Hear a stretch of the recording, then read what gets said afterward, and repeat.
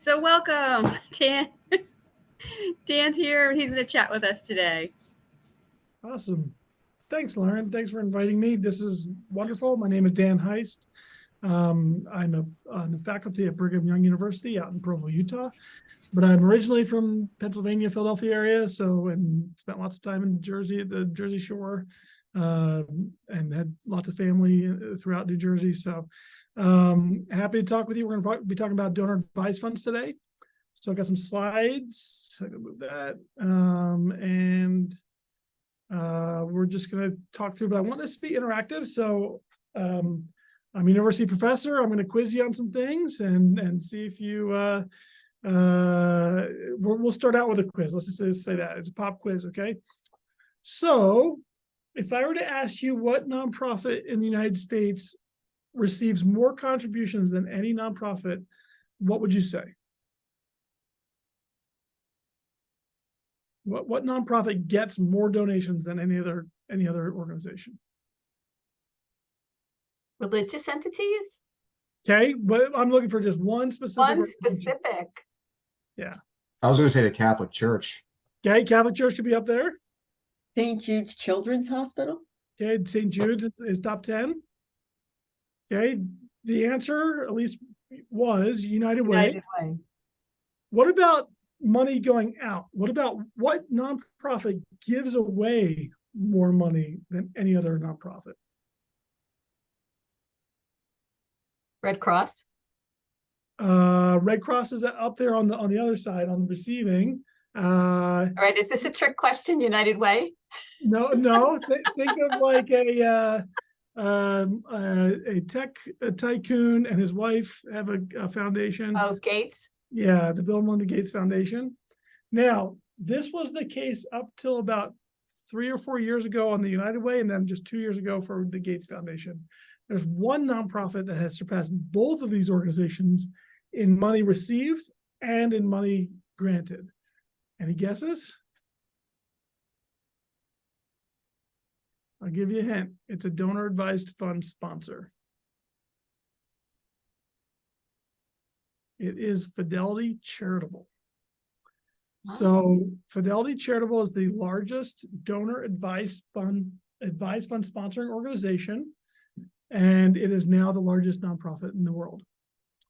It is not a household name, right? We kind of know what United Way is. We kind of know what the Gates Foundation is, but we don't really know what Fidelity Charitable is. So we're having this meeting today, and we're talking about these new things that they're not super new, but they're changing the way that philanthropy happens in America, and it's donor advised funds.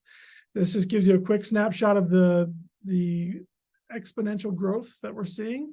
The top bar are the assets. So as of a couple of years, over $230 billion in assets. So that's probably getting close to 300 billion by the time we get 2023 data out. We're looking at over 1.2 million accounts. Each of those accounts probably has about 2 people on it. So, we're talking about millions and millions of Americans who are using donor advised funds. And again, exponential growth.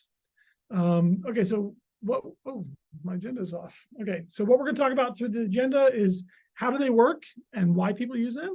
We're going to look at some themes that we're seeing as we research donor advised funds. I'm going to share some profiles of different kinds of donors that are using them, and then we'll talk about fundraising. Okay, so first, how they work.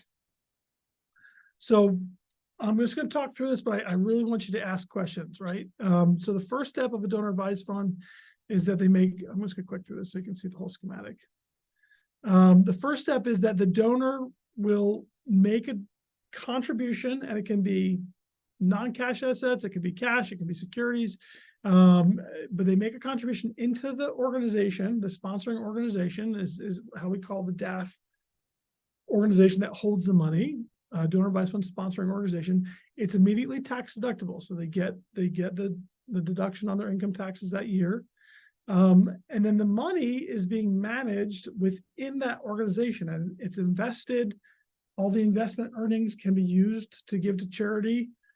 And then eventually the donor advises that organization of where to give the money.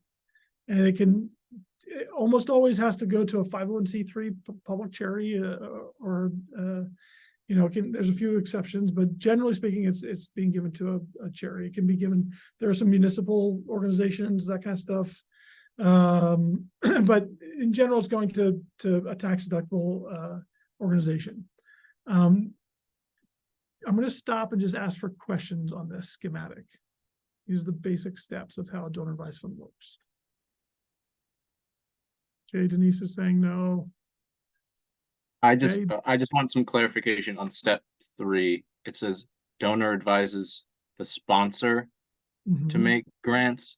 Who is Yes, the so- sponsor? The sponsor is the organization that's holding the money. And sponsors So that's can be a community. would So would the sponsor in this sentence be a specific DAF? Yeah, it could be Fidelity Charitable as a sponsor. It could be a community foundation. We work with several community foundations in New Jersey with our research. The sponsor could be a religious organization like a Jewish federation. So it just depends. The sponsor has to be a nonprofit themselves, but it's these organizations that hold the money that are the donor advised fund sponsor. Good question. Did that help, Kevin? Yes, thank you. Yeah. And the reason it's called advised funds is because technically speaking, once the donor gives away that money, they no longer have legal control over it, but they advise the organization on how to use it. And for all intents and purposes, they still maintain quite a bit of control. They also advise on how to, what kind of investments to put the money in, that kind of stuff. Will you go into more detail on what advises in quotation marks means? Yes, but I think it's good to clear that up here in that typically I'll show you a slide in just a sec where you can see where they actually do that. Okay. So from your perspective, why would someone use a donor advised fund?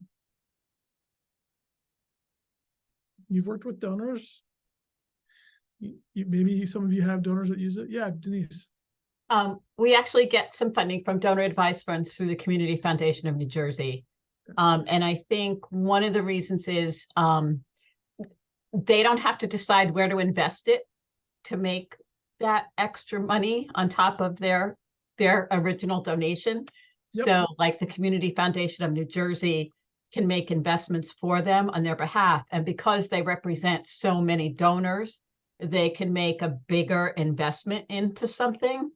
As long as it matches what the donor has agreed that they want to invest in. But they're able to, the Community Foundation, as an example, is just Right. able to capitalize on all those funds that they have from these individual donors. Good. Yep, exactly. So the organization, like the community foundation, will invest, they'll pool everything together, they'll invest, and they'll get good returns on that money. And again, those earnings can be given away. So the donor gets to give away more money than they put in. Other thoughts?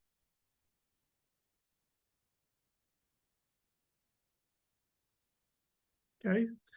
We interviewed donor advised donors, and these are some of the things they talked to us about. It helps to be able to get a tax deduction that year if there's a liquidity event, a wealth event, something that's happening in their life where they need to get that deduction, and then they can decide later when to use it, right? So then they have some flexibility, and they have time for grant making, right? It is low cost. It's easy to set up. You can set one of these up in 15 minutes.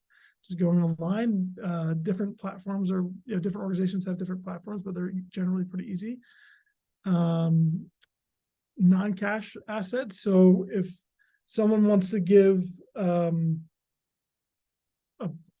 closely held business interests or a piece of real estate to your organization, and you're not usually set up to take that kind of stuff, they can give through a donor advised fund, and then they can liquidate through the donor advised fund, and then you get a check in the mail, and it saves you a big headache.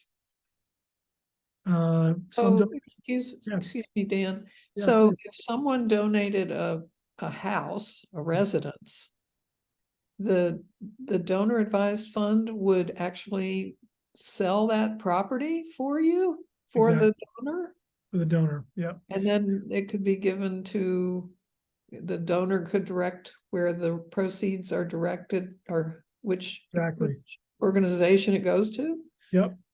I should have, and I should have given some background. So I spent 9 years as a professional fundraiser. 5 of those years were as a major gift officer, and I worked with lots of families that were using these. And one of the first families I used, we used a donor advised fund. They were in Southern California. They had a couple of rental properties, highly, highly appreciated. You know, they'd had them, held on to them for 30 years. And when I told them that they could give one of the rental properties into a donor advised fund and avoid all their capital gains taxes, they could avoid, right? And then they could do all their charitable giving out of that account. That's when, it changed from a major gift. We were talking about $100,000 gift. Now all of a sudden we're talking about a multi-million-dollar philanthropic strategy that I was working with this family on. So, yeah, so then the money, so the rental property went into the donor advised fund. I think it was a community foundation in Southern California, and the community foundation sold the house, got all the proceeds. Then all of a sudden, in their advised fund account, they had millions of dollars that they could give to charity. And so, then they could give to all different kinds of charities. So some donors do like the potential for anonymity, right? So that you can hold back your name if you want. A lot of donors like the idea that it simplifies their record keeping. So instead of writing 15, 20 checks a year, you write one check to your donor advised fund, and then you send the grants out and they keep track of all the records. You can involve family. So a lot of folks like to get next gen involved and making decisions, and I'll show you a little bit more about that. And then the other one is also philanthropic advising. So a lot of community foundations will help donors make choices about where to send the money, and they'll get some more insights on how to grant. Okay, so Kevin, to your point, what does advising look like? This is a dashboard. This is at Fidelity. At Fidelity, you can open an account with $20. So I have this weird hobby of just opening accounts at different donor advised fund sponsor organizations. And this is my Fidelity one because people always want to see what it looks like. But this is how I advise them. I put in my charity right here, type it in, or an EIN or their name, and it would search it and find it. And then I would, if I needed a little more help, I could do a find charity. But usually Fidelity's database is updated, I think, monthly from the IRS and from other I think they work with Candid. I don't know exactly how they update, but it's usually pretty quickly updated when you have new 501c3s. I put in the amount. I say if I want it to go to a certain fund, or just where the need is greatest. And then here's where I put whether I want it to be anonymous or not. I keep my name and address typically on my gifts. And then I just send it out ASAP, and then I hit next step and it sends it out. Does that help how the advising process works? Yes, thank you. This is a good visual. I also have a question. What are some other popular DAFs, and are there specific like DAFs for geared to one industry over another? Yes. I know it's a broad question. No, that's a good question. I don't have a list of the top 10, but if I were just name off the top of my head, Fidelity's the largest. Then I think it's Vanguard Charitable or Schwab Charitable. Then a group called National Philanthropic Trust, and they're the back office for like Wells Fargo and JP Morgan and others. So a lot of the large commercial financial investment firms have a DAF. But then you've got a group called National Christian Foundation that's specific to kind of Christian giving. They're number 5 or 6. American Endowment Foundation. Then you're starting to get into some of the larger community foundations, like Silicon Valley Community Foundation is, I think, the largest. Arizona's up the community foundations, and then for their, I'm trying to think. My guess is there would be one that's environmentally. I don't know if like Greenpeace or I'm trying to think of, some organizations do have their own DAF, like the American Heart Association has their own DAF for their donors. Universities will have open a DAF for some of their donors, but it's usually a pretty small group. So there's a wide variety. The most popular kind of cause-related set of organizations is typically religious organizations. So Jewish federations, Catholic foundations, various Christian groups. So hopefully that helps. Okay. Oh, and this goes over a little bit of those different kinds of, right? So you got commercial, you've got community foundation, and religious, are the kind of three that I studied. There's a lot of other ones, but those are kind of, okay. So here's some what we're doing in our research collaborative. So we went out and we collected 4 years of data from about 20 organizations all around the country. And we got 13,000 accounts, and we were able to see money coming in, money going out over 4 years at each account level. Here are some of our main findings. Sorry, my fonts are a little bit messed up. But one of the big ones for you here that you should be taking away is about 45% of all DAF accounts are under $50,000. And the next 45% are between 50,000 and $1 million. So it's not just the uber ultra wealthy that have donor advised funds. These are relatively, some of them are relatively modest account sizes. And so you've got a wide range of donors and donor capacity using the DAF. Okay. Not surprising to any of us in fundraising, the large accounts are going to hold the bulk of the assets. And this is where a lot of the grants are coming from. So you got to keep that in perspective where the money actually lies. But again, it's not unreasonable to engage, a leadership level or kind of on the lower end of a major gift or even annual giving out of DAFs. Okay. This is something that was a bit surprising to us and that we're still trying to understand, but about 10% of all the donor advised fund accounts in that sample were what were called endowed DAFs. An endowed DAF acts like a little endowment where the principal is invested and the donor only advises 4 or 5% a year for grant making. And so it's really designed to be preserved long term, and the donor is somewhat restricted on how much they can give away every year. And so it's just important if you're working with a donor who has an endowed DAF to know that they're going to get kind of a spendable amount every year that they can give to charity, and they may not be able to give away the entire thing. But most DAFs are what we call spendable or non-endowed, where they can, if you wanted to give away everything tomorrow, you could. Okay. Questions about endowed or spendable DAFs? Okay. Here's where we're starting to see some empirical evidence around family involvement. So about 12-ish% of DAF accounts had a third or fourth or more authorized advisors. So I want to pause real quick and explain a little bit of terminology. When you set up a donor advised fund, you can name authorized advisors, which means these people can go online, make recommendations. They're authorized to advise, to give away money, and you can kind of, it's usually pretty open in how many you can do. Some organizations will put a cap, but we see a lot of companies that set up a donor advised fund and they'll put like 12, 15, 20 people who are authorized to go on and make grants on behalf of the company. But this is our first indication from households that people are getting their kids, their grandkids involved by authorizing them. The other thing that happens that's not on this chart is you can have successor advisors, which means when you die, your kids or grandkids get to take over control, but that's not what's here. Here is just currently people who are authorized. Okay. Any questions about advisors, authorized advisors? Okay. I won't spend a ton of time on this, but everyone worries about payout rates. We calculated payout rates for all 13,000 accounts, and this is basically what we found. About half of all the accounts, over half, 52%, were between 5 and 50%. So most people are moving money relatively quickly. We have, about 35% that are under 5% or 0. So that's something, to be concerned about, to think about, that there are people who are not granting out on an annual basis. And then we've got a group of people that move through the money really quickly out here on this end, over 50% a year.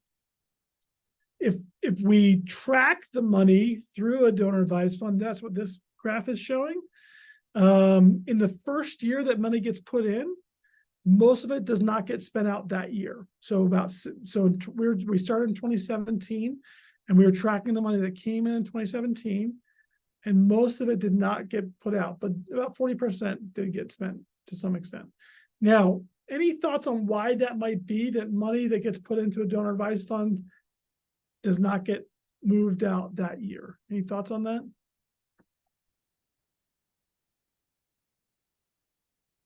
Maybe Maybe they're that's right. saving for a bigger project. Okay, waiting on the bigger project, Denise?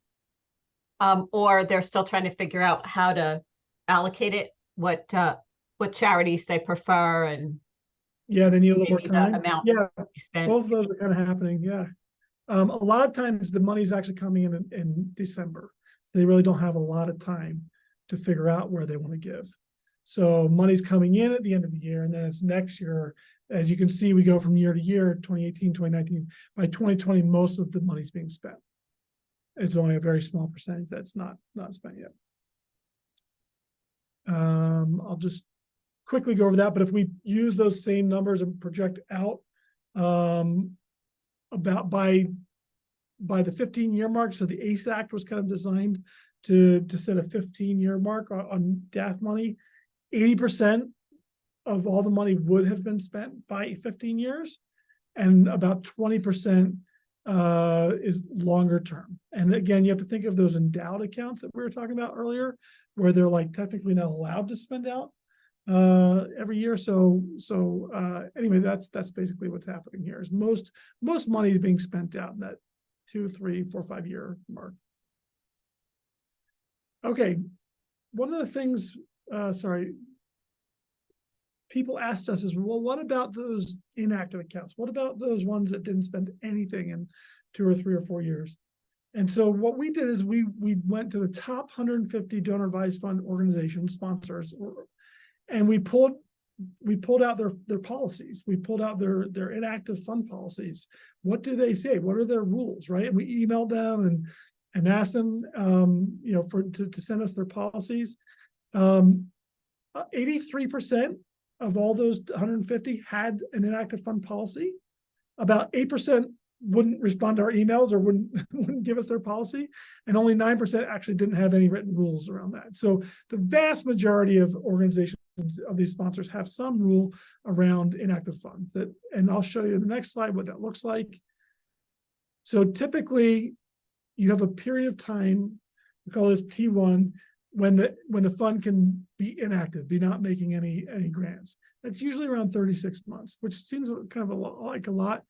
The Council on Foundations is coming out with some rules around this. If they don't do anything in 3 years, they send them a little nastygram or an email or something saying, hey, you got to start moving money out.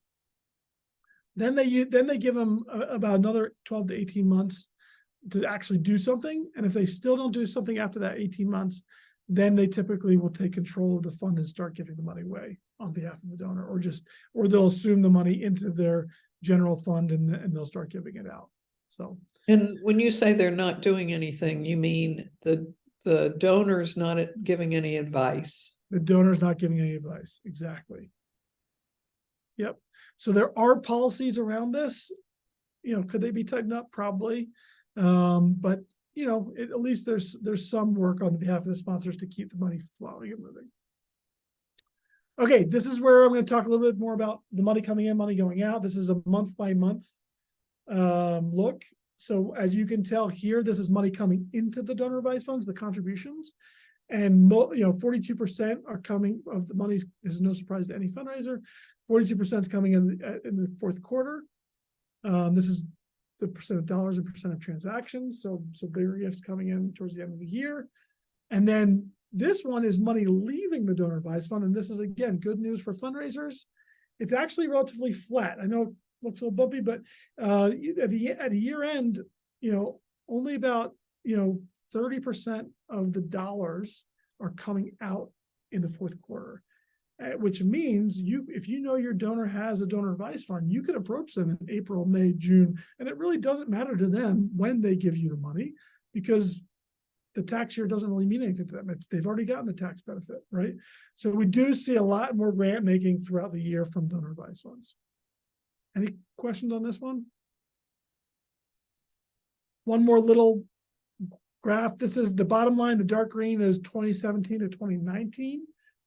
We were taking a special look at 2020. We had 2020 data when we collected this.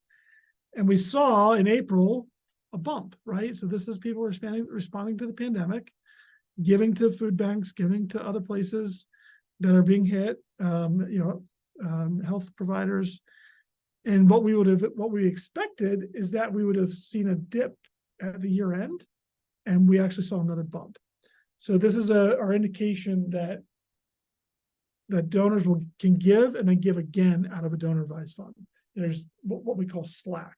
They can give a little extra. So this is really good news for fundraisers, because if I guess in your world, maybe there's a vote on a specific thing, or maybe there's a project that comes up in the middle of summer that you really need some extra money on, and you can go to your DAF fundraisers and say, I know you already gave. Could you give it? This is a really kind of a something we really need help with. Can you give again? And DAF donors are more likely to give that second gift. All right. Here's the fun part. We'll talk through a little bit of some of these donor profiles. I think hopefully this will resonate a little bit with you. Just really quick show of hands. How many of you are major gifts, like work or individual giving, like work directly with donors? Okay, most of you. Okay. All right. So this next, we're going to talk about like kind of the personalities. Some of the personalities and some of the strategies that we're seeing from individuals in using the DAF. So we interviewed, we partnered with Stanford, University of Pennsylvania. We interviewed people all over the country at all different levels of why they're using their donor advised fund. And here's what we found. A bunch of water receptacles. Okay, let me talk through this with you. We were seeing some people were telling us, yeah, I move money in and then move money out. Like I'll put it in December and I'll spend it by, May of the following year. We're like, we saw people like really moving money quickly. And I was talking with a community foundation leader in the Midwest, and he was like, oh yeah, that's our bathtub donors. I said, bathtub donors? What do you mean bathtub donors? He said, oh yeah, they fill it, they drain it. They fill it when they need it, they drain it, right? I was like, oh, that's kind of cool. I like that, right? So we just took that analogy and we ran with it. And we found other donors that we would call our water tank donors. And these are folks that put a big amount of money in, and they're not going to use it right away, but they want it ready to use it when they're ready to take a bath, right? They want it like there and ready, but they're not going to use it all immediately. Then we had another group of donors who would put a bunch of money in and they really wanted to keep it. And we already talked a little bit about those endowed DAFs, but they would use a little bit at a time, but they wanted to sustain long-term philanthropy. And so as we did these interviews, we started seeing these profiles coming out, and really we could fit our interviewees into one of these three profiles: tubs, tanks, or towers. And so we use that water analogy with the alliteration, and let me share some stories that help you kind of see. Oops. Okay, so this is Kayla. She's one of our interviewees. That's not really her name, and that's not really her picture, but that is her quote. And she told us, she said, we put in 5 million and we take out 5 million, and we put it in 5 million and we take out 5 million, and we give away 5 million. I shouldn't say take out. We give away, right? And she was a tub donor, a really big tub donor, but it was the tub pattern, right? It was the move money in and out, fill it when you need it, drain it, right? And so that just helped people kind of see, like, it wasn't necessarily just the size of the gifts, it was really this pattern, this strategy that people were taking. Then we have someone like Yael and her husband that sold a winery. And she said, it pretty much gets spent within a year or two. So when I'm reading this, I'm first thinking, oh, she's a tub donor, right? And then she says, maybe like 3 years, right? And then, well, we just kind of put a bunch of money in and we meet it out over the years. So she knows she wants to use it quickly. She knows she wants it there, but she's not going to drain it right away, right? So this is the water tank idea, right? Have it ready to go, so you can use it when you need it, okay? Lastly, there's David. David sold a business. He put in $2 million into a donor advised fund. And he said, I set myself up a budget. right? So if you remember, about 10% of the accounts were formerly endowed DAFs. David did not have an endowed DAF. He had a spendable DAF, but he treated it like an endowment. He treated it like a water tower, right? He thought of it like long-term, right? I'm only going to use 5% a year. I want it to last, right? And he says, at the end, I want the fund to stay stable, even grow, right? He really wants this thing to grow. So very different strategies coming from different donors, right? You know, this immediate sub thing, this tank kind of intermediate, and then this tower, which is really like, let's save it and use it long-term, okay? So as we started categorizing everybody into these groups, we kind of looked at, you know, what kind of assets are they contributing, how quickly. I just want to highlight for you as fundraisers a few things. For those top donors, you know, even though you want to get on their annual cycle, right? They're going to have a budget. They're going to have a list of, you know, 5, 10, 15, 20, 30 charities that they give to. You got to get on that list, right? You got to get yourself on that list, you know, nudge your way in, or if you're already on the list, maybe try and get some market share there. That's your strategy, right? If it's a tank donor, these donors are much more open to the major gift proposal, right? So they're ready to think about something bigger. The other cool thing about the tank donors is they were more willing to do what we call episodic giving, which is responding to the pandemic. We saw a lot of tank donors doing that. You know, a friend of theirs is on the board now of this organization, and they're willing to give something, you know, one-time gift to something they normally wouldn't. And then the tower donors, one thing you have to think about with tower donors, anyone do any planned giving on the call? Any planned giving? These are the donors that you want to say, hey, where's the money going when you die? Do you have a plan? And we'll talk about it in a little bit, but there's 4 places where they can give. They can leave it for next generation to give it away. They can bequest it. They can give it to an organization. They can leave it at the community foundation, or they can roll it over into like an endowment. But these are the folks you want to have that deferred gift, that planned gift conversation. Can we be part of that, your plan for your DAF after you die, right? And it's called a succession plan, and you want to be having conversations. We'd like to be involved in that plan. Okay. Questions about the tubs, tanks, and towers? All right. Well, let's do a little bit. Let me go. We're going to do a little practice here in just a sec, but I'm going to go over just a couple more things.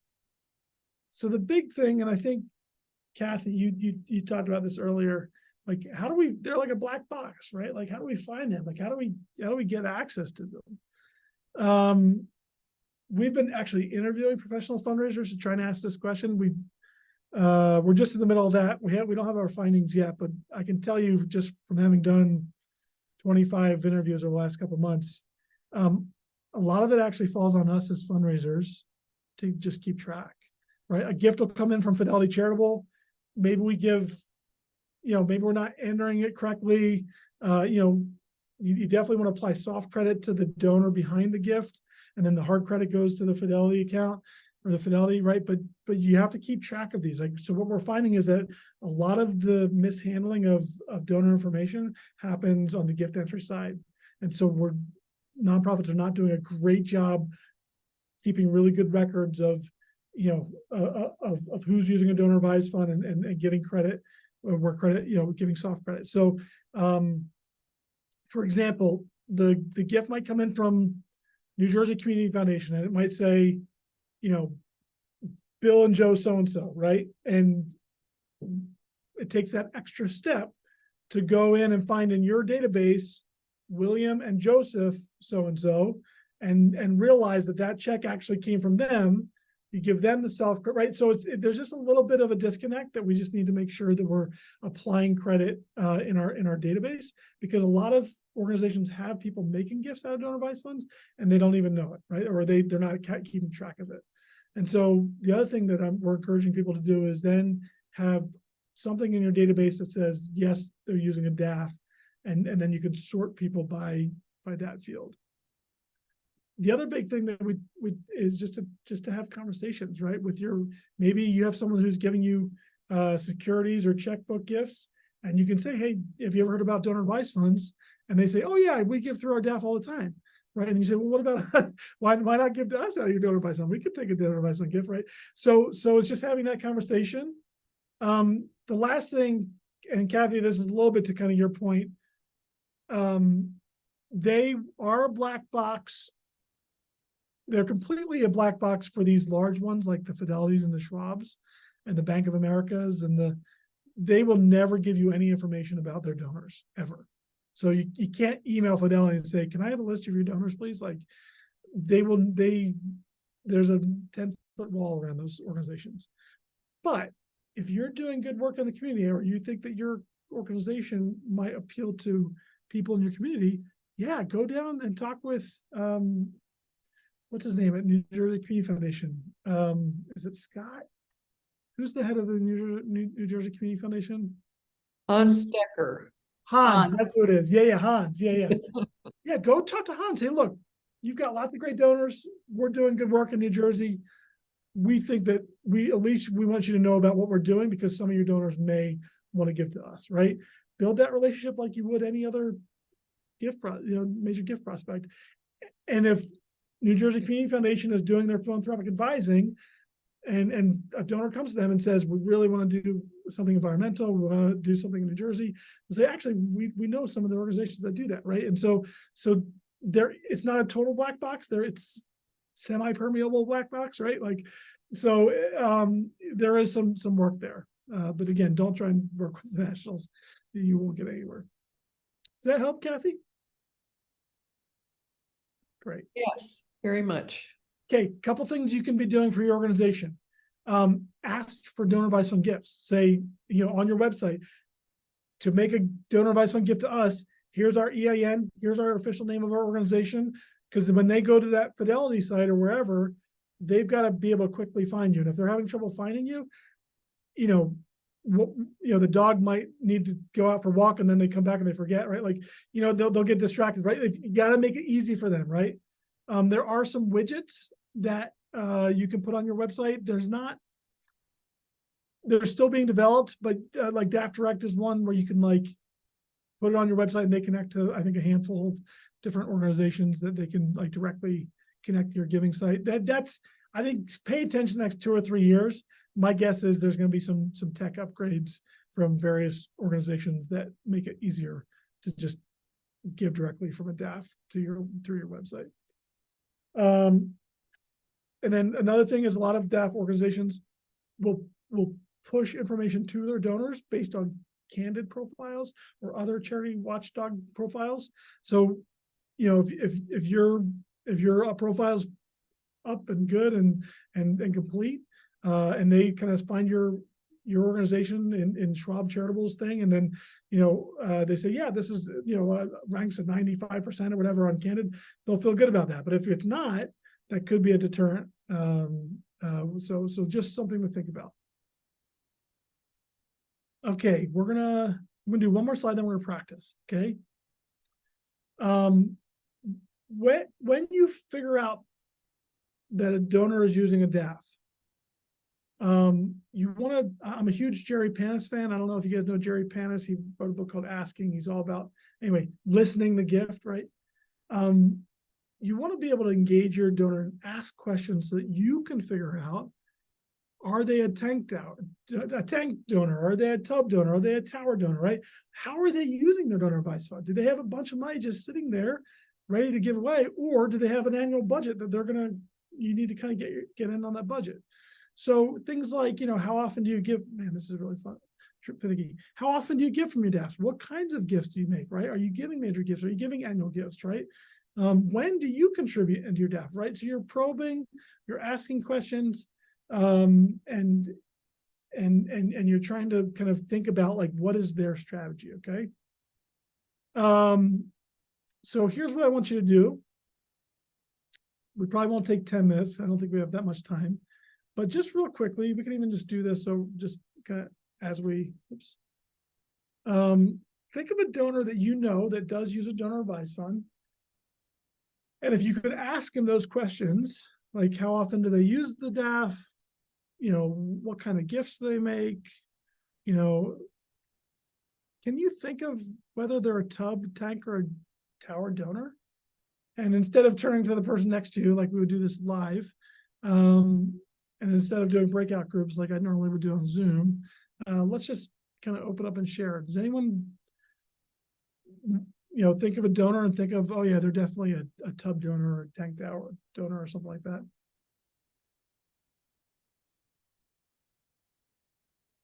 I guess I'll jump in here. I'm thinking of one particularly we got in actually yesterday. She's been yearly donor for us for a long time. Have you ever seen someone fluctuate between maybe tub or tank or tower? We do, yeah. There's been, she's like very inconsistent with the amount that she gives, and it's always kind of like, I wonder what we're getting this year. Yeah. But she's always there. She's always, she's consistent in the activity of donating. So I guess it would, I think maybe a tub would be the most accurate description of her. But yeah, have you ever seen anything like fluctuate like that? We do, David, and I didn't totally get into the details there, but we do see like hybrid kind of behavior. Okay. And typically what happens is it goes from a tank to a tub. So they'll put a bunch of money in, they'll give a bunch of money away, and then when they get down to like 10,000 or 20,000, then they'll start going kind of year by year until they get like another wealth event, and then they'll put a bunch of money in, right? So they kind of in between wealth events, they'll be a tub donor, but then when they have a wealth event and they have a bunch of money in, then they'll be thinking major gift. Okay, yeah, and then I'll kind of explain this a little bit further too. She had like a bell curve, right? So it's like, I've like never, it's very unique. I've never seen that with anything else donor advisement related. So it's just figured I'd bring it up. If I were to be able to show you our data, we see lots of those kind of ups and downs in their grant making. So yeah. Good. Denise, I think you were going to share too. Yeah, sure. That's okay. We have a memorial garden in one of our parks, and every year a family member will say, small donation, this $1,000 goes to the Smith Family Garden. Definitely comes from a DAF. My sense is that they are a tower, because my gut is that they want to continue to support this family garden. My gut tells me that they're going to try to continually have that account last through other family members, etc. Okay, so I'm going to put you on the spot a little bit, Denise, as a good professor does. If you were to reach out to this donor and say, hey, let's grab coffee, I want to learn more about this DAF. I see this coming in from New Jersey Community Foundation. Tell me more about what kind of questions would you ask so that you knew how to build a customized solicitation later? Well, yeah, I mean, I think knowing that the garden's been around for a little while, I would probably ask, how did the DAF start and how did they decide to connect with the Frailing Heist and Arboretum for their garden? And talk a little bit more, trying to find out if it's tower, if they're going to continue to support us. What would you ask to know if it's a tower thing or a tub thing? Like, what would you figure out? Yeah, well, something along the lines of, do you think that the family will continue to support this garden on an ongoing basis? Kind of get an idea. I don't know, maybe there are no more family members after this generation, who knows? But, and it's a little bit of a challenge. I always talk about this, how many of our donors are kind of one-off, but we do have a small handful for these types of commemorative things or memorial things where there's kind of an annual check that comes through from them. But yeah, it's definitely through a DAF. Yep. And I love asking about family members is a kind of non-invasive to say, hey, how are you engaging your other family? Who gets to decide? That's when you'll actually start to learn a little bit too about the structure. They'll say something like, oh yeah, the next generation, they get to, and they get to take over, or no, this thing ends when so Aunt Sherry dies or whatever. And then you say, okay, well, where's the money going when Aunt Sherry dies, right? Like, could we be part of that decision as well, right? Or how do we get in touch with next gen to make sure that this garden is still an important thing for the family, right? Because they might be able to change where it goes. Good. So hopefully some of the things we're talking about today are helpful as you continue to engage with your DAF donors. I'm going to, just for the sake of time, going through, I got to do one more quiz. Okay, this is a quiz All right, if we're gonna do a matching game here, okay? For a tub donor, what kind of strategy would you take? What kind of solicitation strategy would you take? Major gift, deferred, annual? Just shout it Annual. out. Okay, good. Annual. Annual. All right, for the tank, Major gift. good. All right, how about for the tower? Trick question. Deferred. Deferred and Ooh. And annual. tank too, and annual. So the tanks can make annual, and the deferred gifts can make. Or sorry, the towers can make deferred and annual. Good. Yeah. So engage all of them in the annual gift, right? And then the tanks more like a major gift, and then the towers deferred. Good.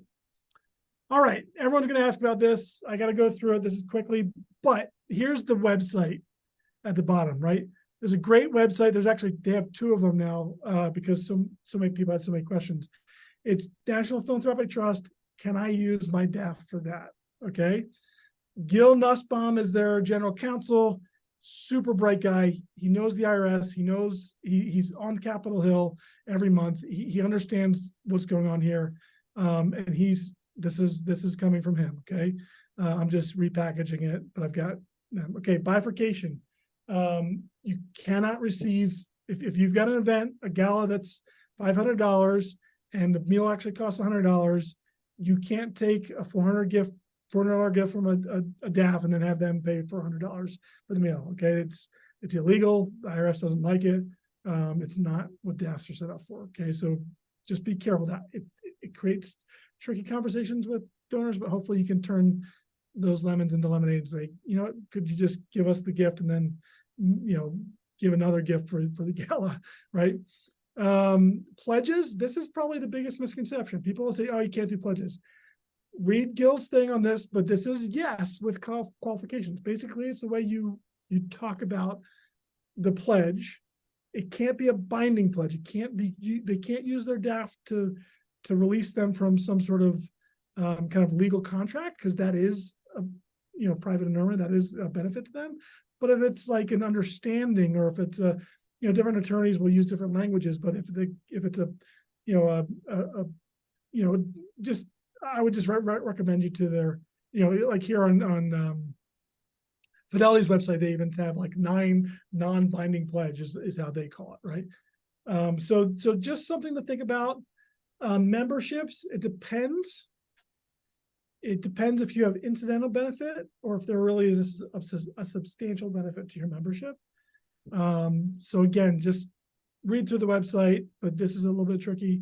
Scholarships, yes, that's University Fundraisers always ask about that. A couple things that I just want to go over too with you.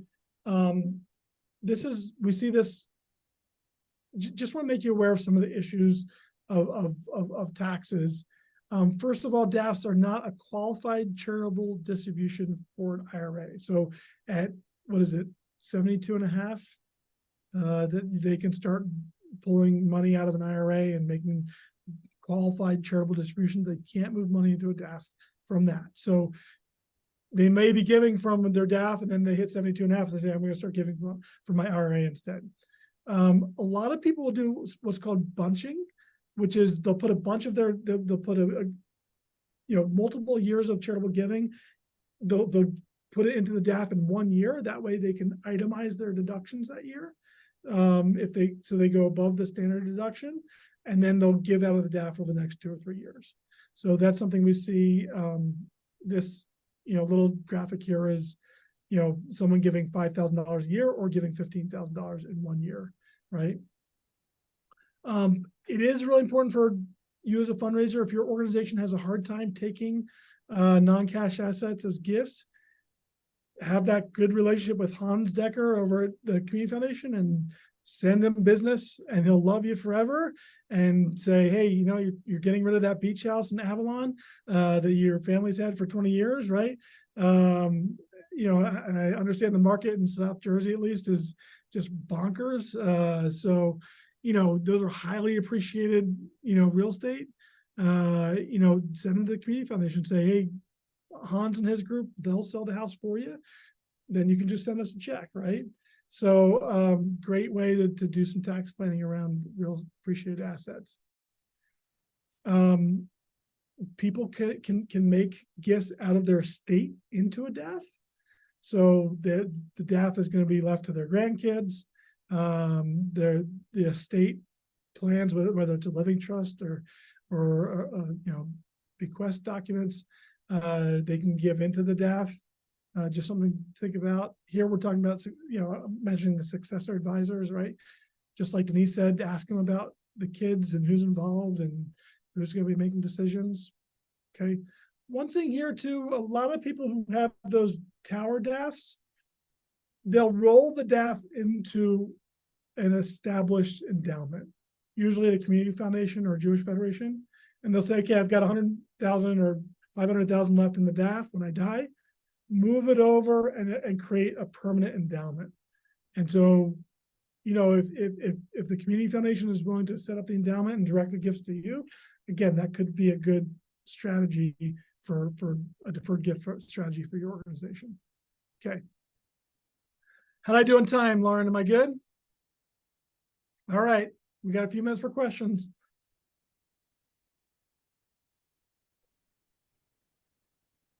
Yeah, no questions. Just want to say thank you. It was very simplified and clear the way you presented this. Appreciate it. Oh, good. I think one big picture thing is we're all going through this learning curve, right? The whole nonprofit sector. The donors are learning what it means to give through DAF. The nonprofits are learning what it means to do fundraising out of DAFs, to work with DAF donors. The DAF sponsors themselves, these community foundations, and even the big ones are learning what it means to engage with their clients. So we're all kind of going through this big learning curve. And so hopefully this is, that's why we're doing what we're doing. Yeah, this has really been helpful. I feel like I have a much better understanding of what these are and where they are. And so thank you. Yeah. Dan, do you see any intersection with AI and DAFs? We had a big conversation about that. There's an annual DAF summit held by Renaissance Charitable Group. And we had a whole afternoon where we talked about AI instead of that search engine that, that search term, I think they're imagining you use a little chat bot like, hey, I'm wanting to support environment in New Jersey. I'm really passionate about, the local, and then the AI bot would be able to push them to certain organizations that do that. So I think that's where some of the larger, but that takes a lot of resources to develop that kind of technology. So, we probably see it first out of some of the larger ones, but that technology is also being open sourced. And so, with that is kind of the next frontier is that philanthropic advising using AI, large language models to help connect donors to the causes they care about. And Dan, do you publish your information for the public? And if so, where could we find it? Yeah, that's the next slide. So if you go to this website, if I click on it, maybe it'll take me right there. There's our website. You just go to our research page. All these things that all these reports that I'm referencing are all here. They're open. They're open to the public. So we get our funding from the Gates Foundation. A lot of our funding from the Gates Foundation, and they make it open. Part of our agreement with them is we make our findings open. So. Thank you so much. Well, hopefully that was helpful. Thanks for inviting me. It's always good to know that this research is not going to waste. So you guys are using it. So. Thanks.